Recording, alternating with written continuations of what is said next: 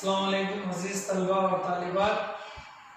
मैं हूँ गनी अब्दुल सलीम, उर्दू मदरस APRS school Rempalli YSR Kadapa district.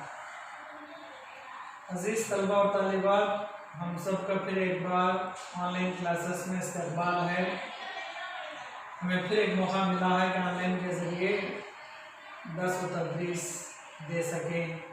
तो अज़ीज़ तलबा और तालिबात, हर बार की तरह एक ही हिदायत है आप लोगों को कि सबक पढ़ने से पहले आप अपने साथ एक नोटबुक्स, पेन, पेंसिल और उर्दू की दरसी किताब 7वीं जमात की किताब लेकर बैठें। हम क्या है आज 7वीं जमात का सबक ऑनलाइन के ज़रिए से पढ़ेंगे। और एक बात अज़ीज़ तलबा और तालिबात, उम्मीद करता हूँ कि आप सब खैरियत से होंगे। अल्हम्दुलिल्लाह हम सब खैरियत से हैं। मैं भी खैरियत से हूँ, उम्मीद करता हूँ आप भी खैरियत से होंगे। अजीज तलबा और तालिबात, मैं क्लास में जाने से पहले अपने APRS सोसाइटी के सदर कर्नल रामू सर का शुक्रिया अदा करता हूँ और साथ ही साथ दीगर अफसरान सोसाइटी का भी शुक्रिया अदा करता हूँ। और मैं इस मौके को रहमत समझता हूँ ताकि ऑनलाइन क्लासेस के ज़रिए घर बैठे अपने तलबा के लिए कुछ पढ़ा सकें, कुछ क्या है हम दर्स दे सकें। अजीज़ तलबा और तालिबात, हमारा सबक है 7वां लेसन एक खत। 7वां लेसन एक खत। मैं सबक का नाम तख्ते सियाह पर लिखूंगा, गौर से देखें।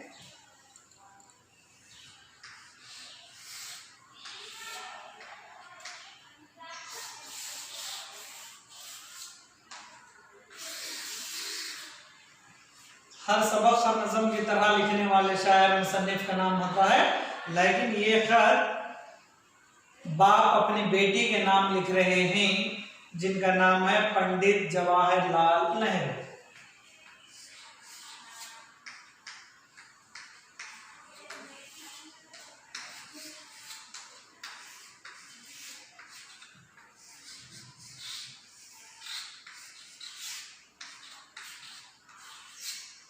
पंडित जवाहरलाल नेहरू हैं जिन्होंने ये खत लिखा।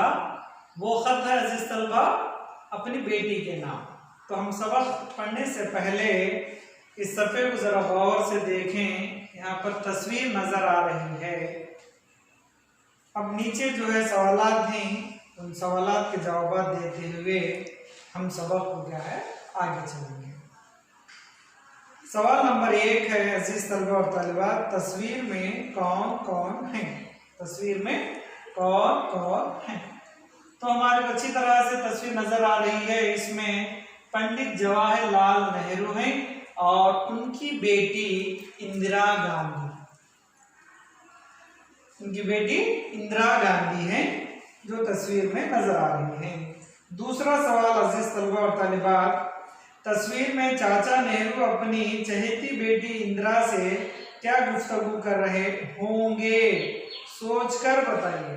यहाँ पर सवाल में एक सवाल है, क्या गुफ्तगू कर रहे होंगे, फिर आपसे ही पूछ रहे हैं कि सोचकर बताइए। तो आम बात है कि अपने एक बाप अपनी बेटी से क्या कहते हैं, लेकिन यहाँ पर मुल्क का सवाल है इसलिए ये कह रहे होंगे कि आगे क्या है, मुल्क की खिदमत आपकी जिम्मेदारी होगी।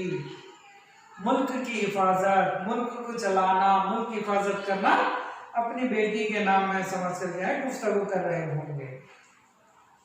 तीसरा सवाल, चाचा नेहरू और इंदिरा गांधी के बारे में आप क्या जानते हैं? ये सवाल बेहतरीन सवाल अजीज तलबा और तालिबात। आप लोग जानते हैं चाचा नेहरू कौन है? हाँ, हम लोग मदरसे में भी क्या है एक प्रोग्राम मनाते हैं, जलसा मनाते थे हर साल 14 नवंबर, चिल्ड्रंस डे। हाँ, याद आया आपको?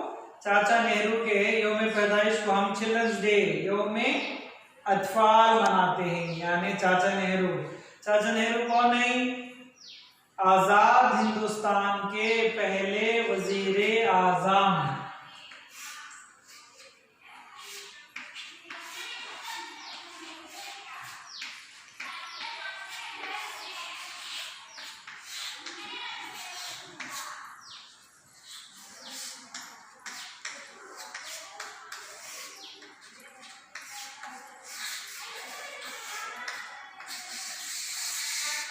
यहाँ पे आजाद हिंदुस्तान बताया। आजाद हिंदुस्तान क्या है? आजाद यानी हिंदुस्तान अभी हमारा मुल्क अंग्रेजों के हाथों से आजाद नहीं हुआ था, तो जब जिद्दोजहद कर रहे थे, अंग्रेजों के खिलाफ कोशिश कर रहे थे, जब हमें 1947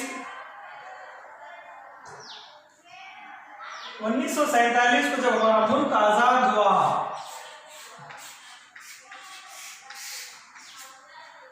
तो तब हमारे मुल्क के वजीर आजम, प्राइम मिनिस्टर,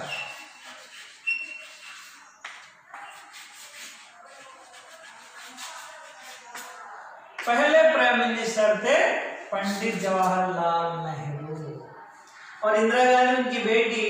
उनके इंतकाल के बाद नहीं, बल्कि हमारे हिंदुस्तान के ही पहली खातून वजीर आजम, बहादुर और ताकतवर वजीर आजम हिंदुस्तान की रही हैं इंदिरा गांधी। कौन कौन है?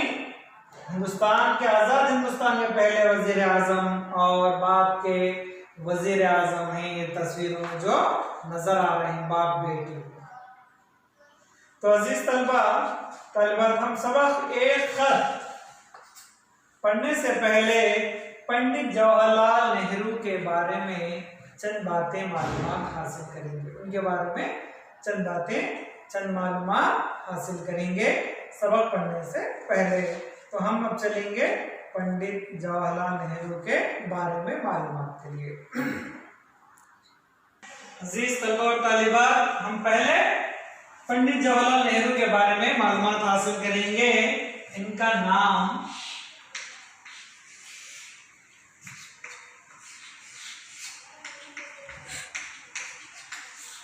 पंडित जवाहरलाल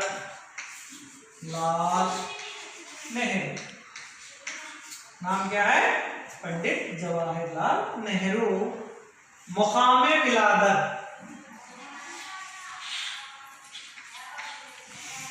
मुकाम यानी प्लेस, विलादत यानी जहां पर पैदा हुए, इलाहाबाद।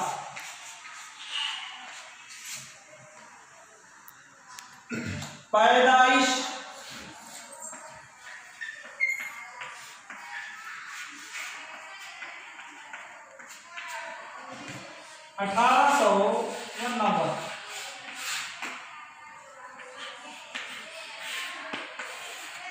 वफात 1964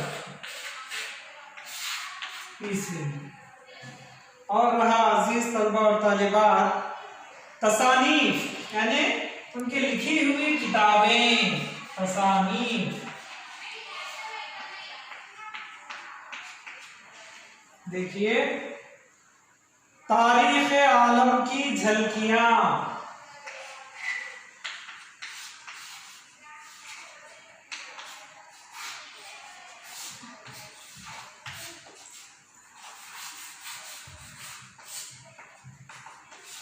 झलकियां और खुतूत, बाप के खत बेटी के नाम।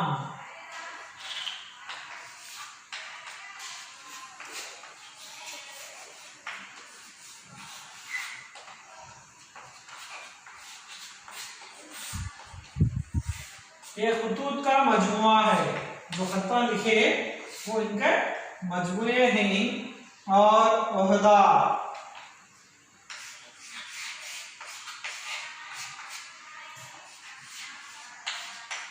हिंदुस्तान के वजीर आजम,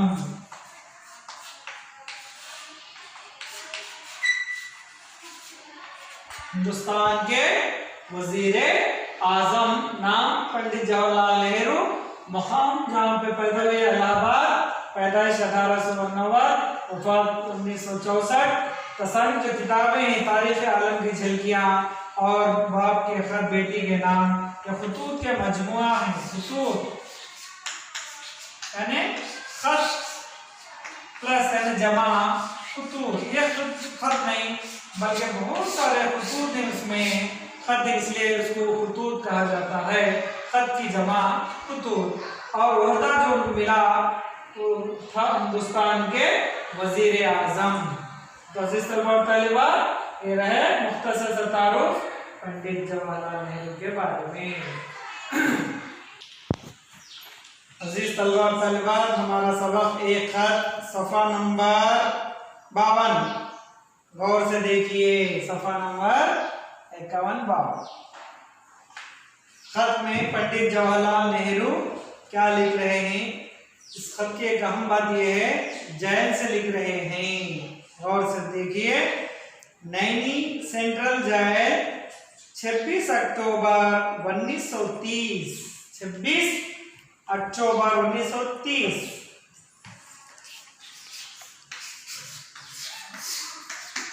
बोले तो अजीज तलबा और तालिबात, अभी हमारे मुल्क को आजादी नहीं मिली। 1930 की बात चल रही है। 1930। देखो प्यारी बेटी, तुम्हें अपनी सालगिरह के मौके पर तोहफे और नेक ख्वाहिशात मिलते ही रहे हैं। नेक ख्वाहिशात की तो अब भी कोई कमी नहीं, लेकिन मैं नैनी जेल से तुम्हारे लिए क्या तोहफा भेज सकता हूँ? नेक ख्वाहिशात का ताल्लुक तो दिल से है, जैसे कोई परी तुम्हें सब कुछ दे रही हो। ये वो चीजें हैं जिन्हें जेल की ऊंची दीवारें भी नहीं रोक सकती। तुम खूब जानती हो कि मुझे नसीहत करने से कितनी नफरत है। जब कभी मेरा जी चाहने लगता है कि नसीहत करूं, तो हमेशा उस अक्लमंद की कहानी याद आ जाती है जो मैंने कभी पढ़ी थी। शायद एक दिन तुम भी वो किताब पढ़ो जिसमें ये कहानी बयान की गई है। कोई 1300 बरस गुजरे कि मुल्क चीन से एक सयाह इल्म व दानिश की तलाश में हिंदुस्तान आया। उसका नाम ह्यून-सान था। वो शुमाल के पहाड़ और रेगिस्तान से तय करते हुए यहाँ पहुंचा। उसे इल्म का इतना शौक था कि हजारों खतरों का मुकाबला किया। वो हिंदुस्तान में बहुत दिन रहा, खुद सीखता और दूसरों को सिखाता। उसका ज्यादातर वक्त नालंदा पीठ में गुजरा, जो शहर पाटलिपुत्र के करीब वाक़ थी। इस शहर को पटना कहते हैं। ह्यून-सान पढ़ लिख कर बहुत काबिल हो गया, हता के उसको फाजिल कानून यानी बुद्धमत का खिताब दिया गया। फिर उसने सारे हिंदुस्तान का सफर किया, इस अजीमुशान मुल्क के बाशिंदों को देखा, भाला और उनके बारे में पूरी मालूमात हासिल की। उसके बाद उसने अपना सफरनामा लिखा। उस किताब में वो कहानी भी शामिल है जो इस वक्त मुझे याद आई। ये एक शख्स का किस्सा है जो जुनूबी हिंद से शहर करना सोना में आया। ये शहर सोबा पहाड़ भागलपुर के आसपास कहीं था।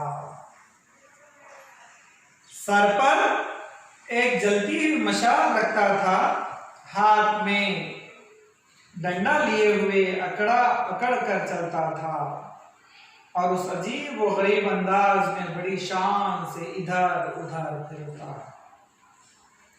जब कोई उससे पूछता कि आखिर आपने क्या सूरत बना रखी है, तो जवाब देता कि मेरे अंदर बेहिसाब इल्म भरा हुआ है। मुझे अंदेशा है कि कहीं मेरा पेट न फट जाए, इसलिए मैंने अपने पेट पर तांबे की तख्तियां बांध रखी हैं। और चूंकि तुम सब लोग जिहालत के अंधेरे में रहते हो, मुझे तुम पर तरस आता है, इसलिए मैं हर वक्त अपने सर पर मशाल लिए फिरता हूँ। हाँ, तो मुझे ऐसा कोई खतरा नहीं है कि बहुत ज्यादा इल्म और हिकमत से फट जाऊं, इसलिए मुझे अपने पेट में तांबे की तख्तियां बांधने की जरूरत नहीं है। और ये भी जानता हूं कि मेरी अकल मेरे पेट में नहीं है, बल्कि जहां कहीं भी हो कि मैं इसमें इतनी गुंजाइश है कि बहुत कुछ समा सके, और जब मेरी अक्ल महदूद है तो मैं कैसे एक अक्लमंद आदमी बनकर दूसरों को मशवरा दूं।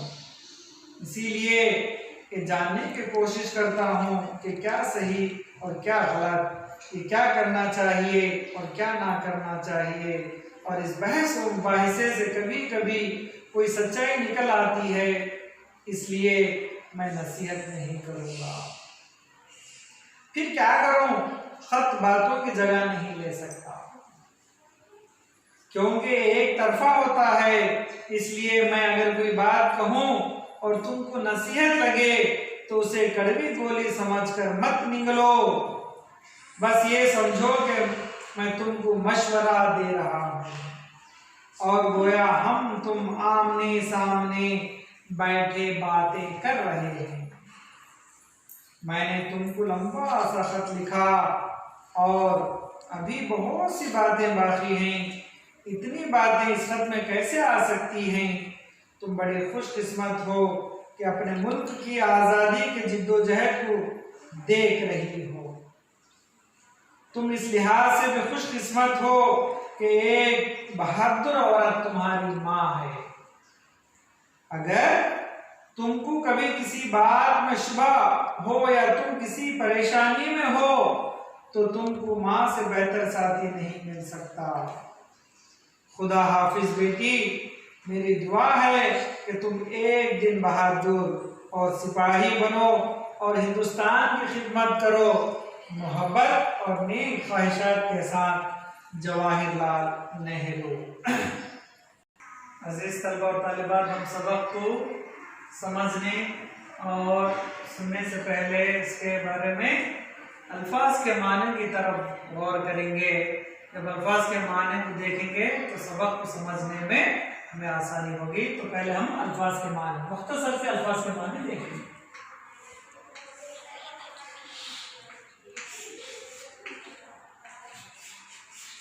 थोड़े माने, ज्यादा नहीं। अब पहले लाइन में है सालगिरह।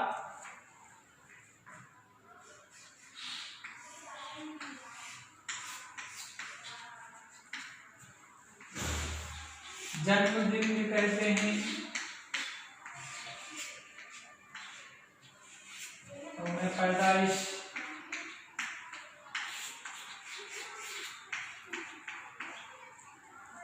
दूसरा रहा तलबा तोहफा, इनाम। तोहफा के माने इनाम। और थोड़े सयाह।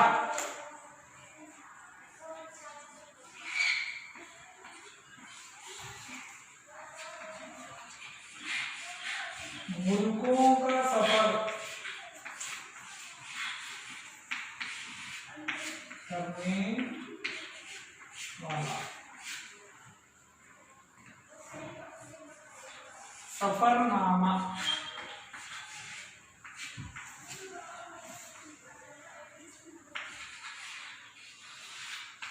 सफर को किताब में लिखना, सफर के हालात को अपनी किताब में लिखने को सफरनामा कहते हैं। उसके बाद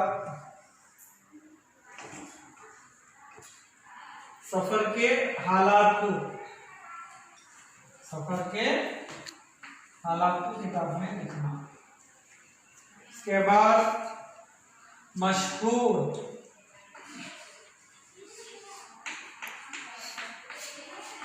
नामवर। और मशवरा,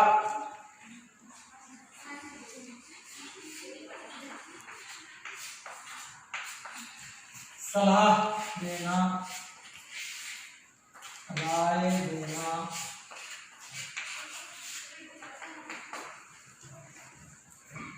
इसके बाद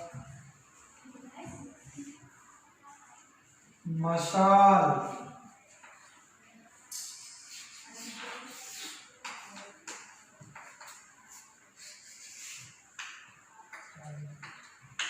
शराफदान,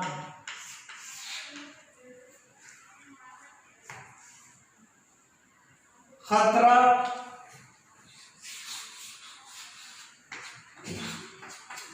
डर, मुसीबत और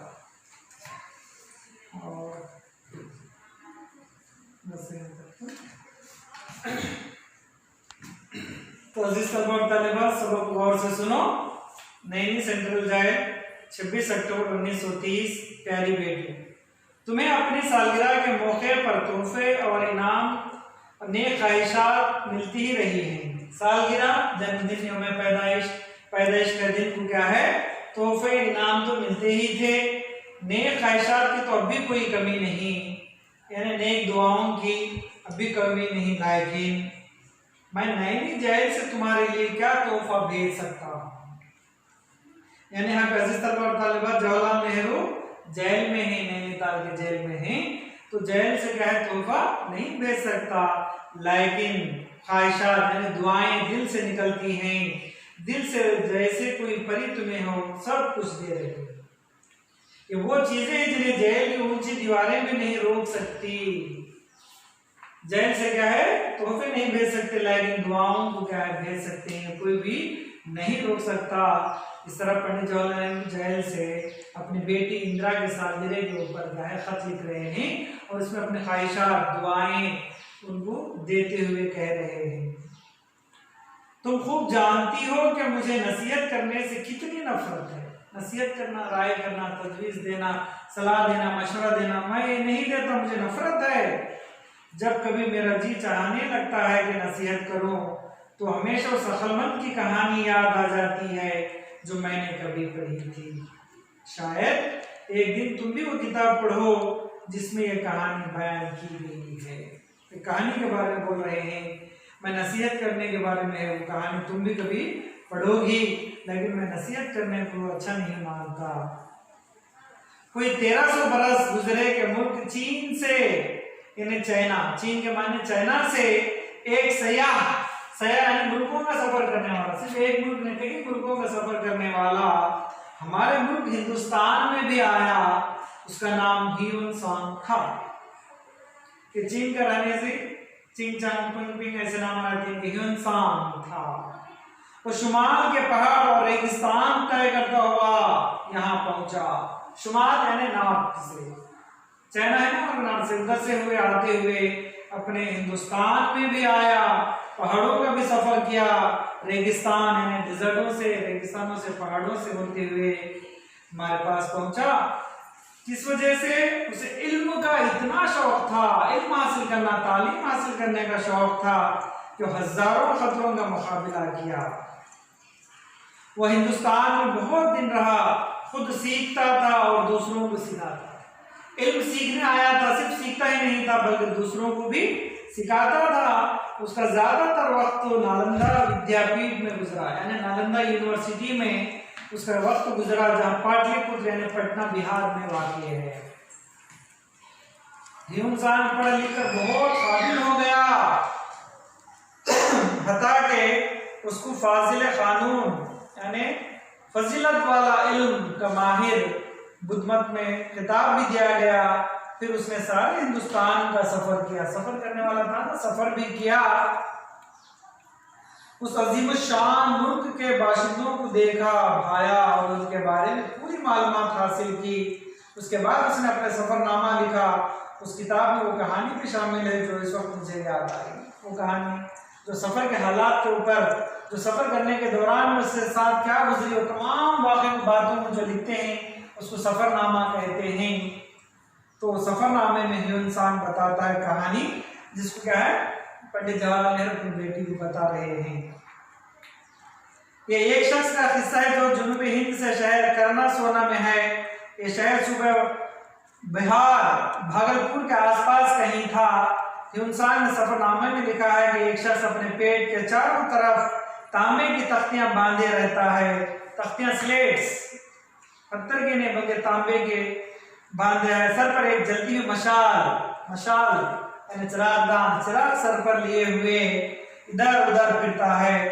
जब कोई उससे पूछता है कि आखिर आपने क्या सूरत बना रखी है, सूरत के माने हुलिया, रंग ढंग, ये क्या तरीका है, अगर कोई पूछे तो जवाब देता है कि मेरे अंदर बेहिसाब इल्म है, जिसका कोई हिसाब नहीं, बहुत ज्यादा इल्म है मेरे पेट में, इसलिए मुझे अंदेशा है, यानी डर है, खतरा है मुझे कि कहीं मेरा पेट ना फट जाए, इसलिए मैंने अपने पेट पर तांबे की तख्तियां बांध रखी हैं। और चूंकि तुम सब लोग जिहालत के अंधेरे में रहते हो, जिहालत यानी अंधेरा, मुझे तुम पर तरस आता है, रहम आता है, इसलिए मैं हर वक्त अपने सर पर मशाल लिए फिरता हूँ। हाँ, अब नेहरू कह रहे हैं मुझे ऐसा कोई खतरा नहीं है कि बहुत ज्यादा इल्म और हिकमत से फट जाऊं, इसलिए मुझे अपने पेट पर तांबे की तख्तियां बांधने की जरूरत नहीं है। और ये भी जानता हूं कि मेरी अकल मेरे पेट में नहीं है, बल्कि जहां कहीं भी हो उसमें इतनी गुंजाइश है कि बहुत कुछ समा सके। अकल कहाँ रहती है? सिस्टम तो सर में रहती, पेट में नहीं। तो कह रहे हैं कि वो आलिम की तरह मेरे क्या अकल मेरे पेट में नहीं, बल्कि मेरे दिमाग मेरे सर में है, वो कहीं फट नहीं जाती, इसलिए मुझे कोई डर नहीं है। मेरी अकल महदूद है तो मैं कैसे एक अक्लमंद आदमी बनकर दूसरों को मशवरा दूं, इसीलिए जानने की कोशिश करता हूँ कि क्या सही और क्या गलत, व्हाट इज राइट और व्हाट इज रॉन्ग, ये मैं जानता हूँ। और तुम भी अच्छी तरह से जान लो कि सही क्या है और गलत क्या है।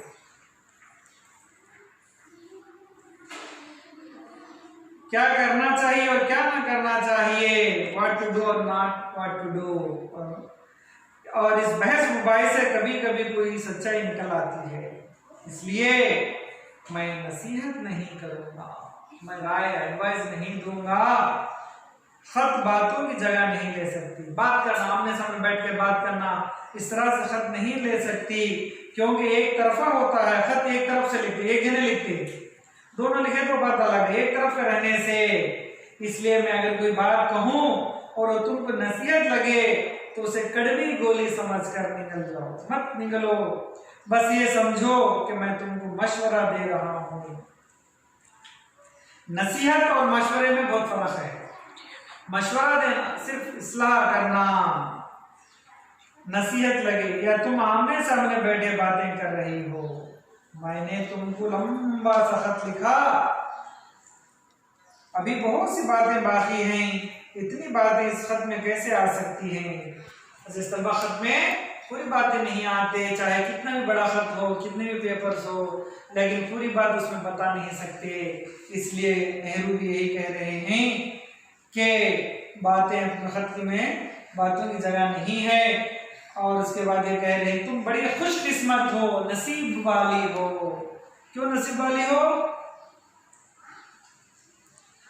मुल्क की आजादी की जिद्दोजहद, जिद्दोजहद अरे कोशिश कर रहे हैं, लड़ रहे हैं, किसके लिए?